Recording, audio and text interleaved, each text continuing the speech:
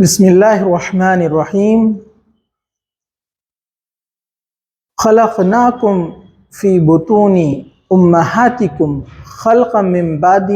خلق فی ظلمات ثلاثہ۔ سورہ زمر آیت نمبر 6۔ اللہ سبحانہ و تعالیٰ فرماتا ہے قرآن مجید میں کہ ہم نے تمہیں تمہاری ماؤں کے پیٹ میں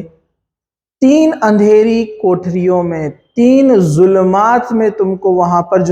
رکھا اور وہاں سے تمہاری پیدائش کی، وہاں تم کو بنایا یا تمہاری خلقت وہاں سے ہوئی ہے۔ تو الحمدللہ قرآن مجید کی یہ جو آیت ہے سورہ زمر سورہ نمبر 36 اور آیت نمبر 6، اس میں اللہ سبحانہ و تعالیٰ نے ایک ایسی چیز کا انکشاف یہاں پر کیا ہے جس کو انسانیت نہ پہلے جانتی تھی نہ بعد میں جانتی تھی، بلکہ ابھی جو ماڈرن سائنس ہے، آج کا جو دور ہے، آج ہمیں یہ بتاتا ہے کہ اللہ سبحانہ و تعالیٰ نے ظلمات کا لفظ یہاں پر استعمال کیا گیا ہے۔ ظلمات کہتے ہیں اندھیروں کو۔ تو اللہ سبحانہ و تعالیٰ یہاں پر بیان کر رہا ہے کہ ماں کے پیٹ کے اندر 3 اندھیری کوٹھریاں ہیں جس میں بچے کا وجود ہوتا ہے، یعنی یہاں سے بچے کا کریشن ہوتا ہے، اس کی پیدائش ہوتی ہے۔ تو قرآن نے اس کو ظلماتی ثلاثہ کہا، یعنی 3 اندھیری کوٹھریاں، یعنی 3 ڈارکنیس۔ تو 3 ڈارکنیس یا 3 ڈارکنیس ویل، یعنی ایک ایسی آڑ جس کو ہم دیکھ نہیں سکتے تھے۔ تو الحمدللہ قرآن مجید نے جس طریقے سے اس کو بیان کیا ہے، ماڈرن سائنس بالکل ایسے ہی اس کو بیان کرتی ہے۔ اگر آپ ڈاکٹر کیتھ مور کی کتاب پڑھیں گے ایمبریونک اسٹیجز کے بارے میں، جو انہوں نے بچے کی خلقت یعنی پیدائش یعنی اس کا کریشن ماں کے پیٹ میں کس طرح ہوتا ہے، قرآن کی تمام آیتوں کو اور حدیثوں کو جمع کر کے بہترین انداز میں انہوں نے اس کو پیش کیا۔ الحمدللہ قرآن مجید اس کو بہت اچھے انداز میں بیان کرتا ہے۔ تو اب سوچنے والی بات یہ ہے، غور کرنے والی بات یہ ہے کہ آج سے 1450 سال پہلے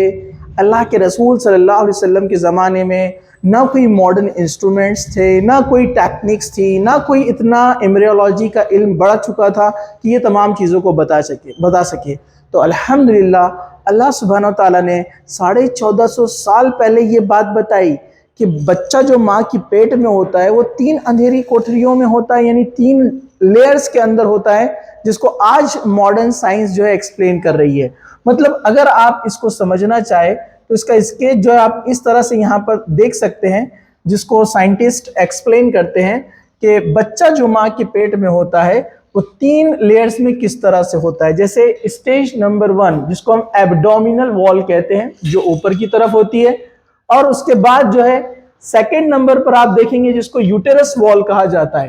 یوٹرس وال یعنی یہ سیکنڈ لیئر ہے جو ایبڈومینل وال کے بعد ہوتی ہے۔ اس کے بعد تھرڈ جس کے اندر بچہ ہوتا ہے اس کو بولتے ہیں کورینک امائنونیوٹک میمبرین یا امائنو کریوٹک میمبرین، دونوں اس کو کہا جاتا ہے۔